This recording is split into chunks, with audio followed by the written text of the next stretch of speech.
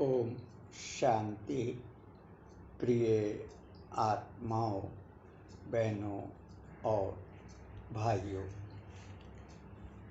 आज का विषय है संन्यास। संन्यास का अर्थ है भौतिक वस्तुओं जिनमें ये देह भी शामिल है, इन सब से ममत्व की मुक्ति। वस्तुओं से ममत्व ही सर्व प्रकार के दुखों की जड़ है।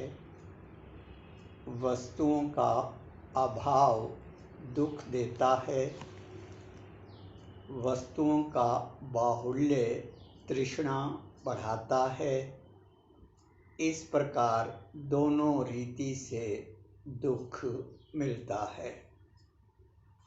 वस्तुएं नश्वर भी हैं। जब कोई प्रिय वस्तु नष्ट होती है तब भी दुख होता है। इन सब का संबंध मन और बुद्धि से जुड़ा रहता है। परमात्मा कहते हैं, भौतिक वस्तुओं से मन बुद्धि को हटा लेना ही सच्चा संन्यास है।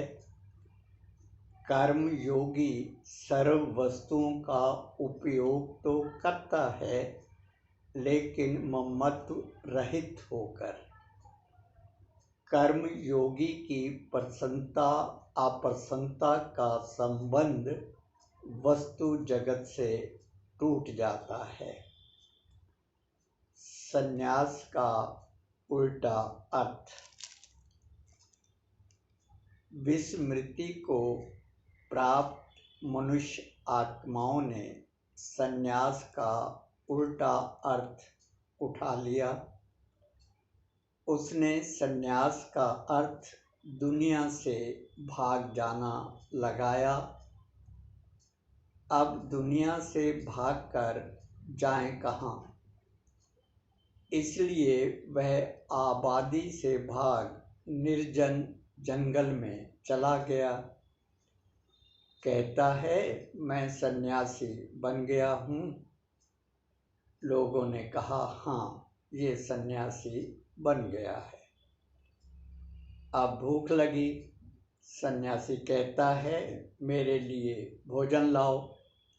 मैं सन्यासी बन गया हूँ। लंगोट फट गया। सन्यासी कहता है, मेरे लिए लंगोट लाओ, चूँकि मैं सन्यासी हूँ। फिर ठलुआ बैठा बैठा क्या करे, चिलम पीने की आदत डाल ली। अब कहता है, चिलम लाओ, मैं सन्यासी हूँ। सन्यासी देह को जंगल में ले गया, लेकिन उसकी दैहिक आवश्यकताएं समाप्त नहीं हुई। उसका मन बुद्धि वस्तु जगत से नहीं निकल पाए।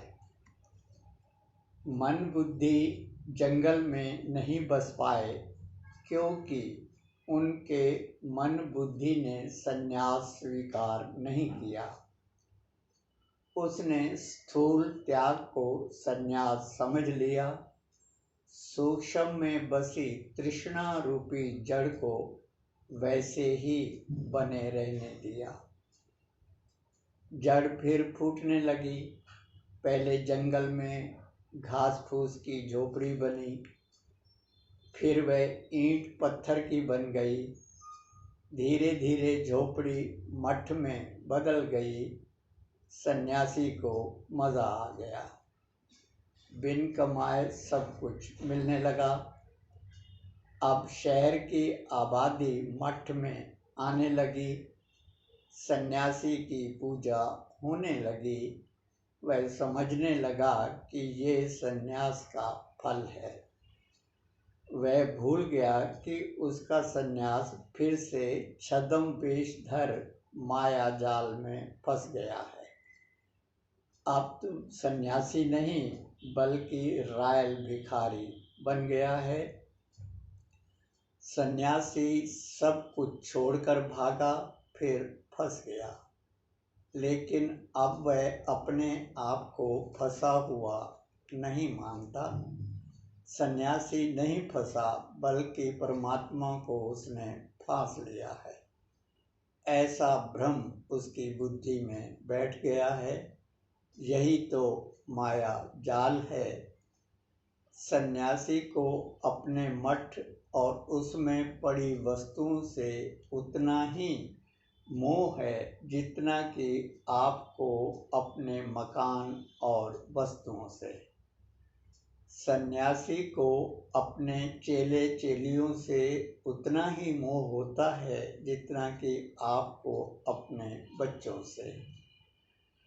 आपने अपने बच्चों में बुढ़ापे का सहारा होना मान रखा है।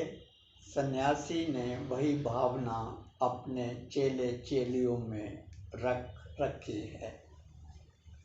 अब वास्तव में यदि देखा जाए तो आप में और सन्यासी में कोई भेद देखने में नहीं आता, केवल स्वरूप का अंतर है। कुल मिलाकर देखने में यही आया है कि दुनिया में जितनी जितनी सन्यासियों की बढ़ोतरी हुई, उतनी ही धर्म की अवनति हुई।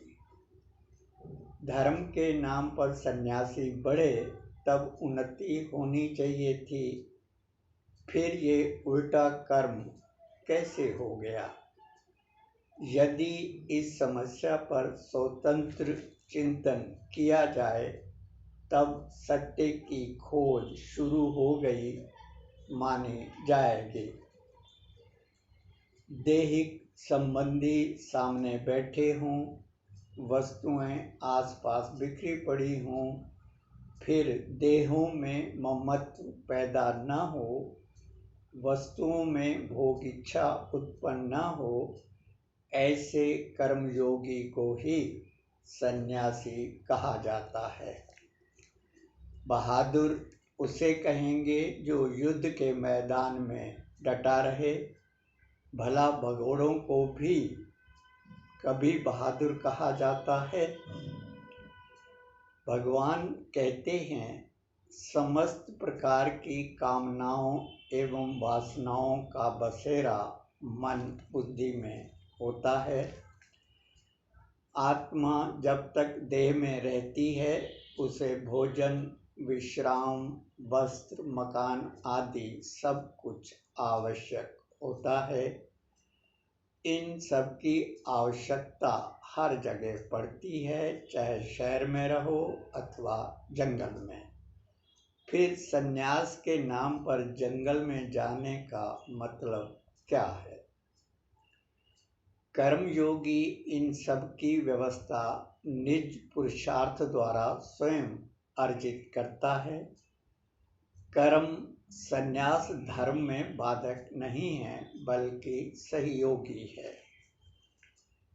ईश्वरीय न्याय विधान अंतर्गत आत्माओं का परस्पर में लेन देन, चाहे वह दान के रूप में हो अथवा सहयोग के रूप में, कर्म बंधन में डालता है। जिससे लिया है उसे किसी भी रूप में किसी भी जन्म में लौटाना अवश्य पड़ेगा।